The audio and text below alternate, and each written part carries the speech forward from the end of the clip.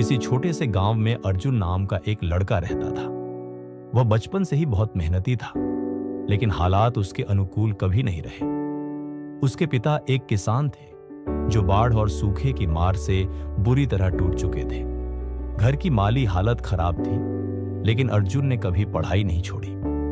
School से लौटकर वह खेतों में पिता की मदद करता, फिर देर रात तक लालटेन की रोशनी में पढ़ाई करता। उसका सपना था एक दिन बड़ा अफसर बनकर अपने माता पिता को गरीबी से बाहर निकालना। गांव के लोग अक्सर उसे ताना देते, इतना पढ़कर क्या करेगा, आखिर में तो हल ही उठाना पड़ेगा। लेकिन अर्जुन बस मुस्कुराता और कहता, देख लेना, एक दिन मैं कुछ ऐसा करूंगा जिससे मेरा गांव भी मुझे जानने लगेगा।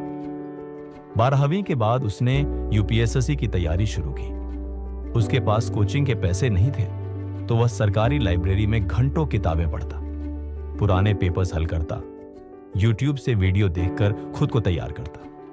पहली बार उसने एग्जाम दिया, फेल हो गया। दूसरी बार फिर फेल। तीसरी बार प्रीलिम्स पास हुआ, लेकिन मेंस में रह गया। अब घर वाले भी चिंता में थे। मां ने कहा, बेटा अब कुछ काम देख ले, बहुत कोशिश कर ली। अर्जुन रात भर रोया। उसके सपने, मेहनत, सब कुछ एक बोझ जैसा लगने लगा। लेकिन अगली सुबह जब वह उठा, उसने आईने में खुद से कहा, हार मानना तो मेरे खून में नहीं है, मैं फिर कोशिश करूंगा, आखिरी बार। उसने एक कागज पर बड़ा सा लिख दिया, हार मत मानो। इसे वह अपनी किताबों के पास, दीवारों पर, तकिए के नीचे, हर जगह चिपका देता। जब भी थकता उसे पढ़ता और खुद को याद दिलाता, सपना आसान नहीं है पर मुमकिन जरूर है। इस बार उसने पूरी रणनीति से तैयारी की। नींद, आराम, घूमना सब छोड़ दिया। सिर्फ एक जुनून था, सफलता। और फिर वह दिन आया जब रिजल्ट निकला। अर्जुन ने एयर सेंटसरी हासिल की थी। गांव में ढोल बजने लगे, लोग मिठाई लेकर उसके घर पहुंचने लगे। जो लोग कभी उसका मजाक उड़ाते थे, आज उसी की तारीफों के पुल बांध रहे थे।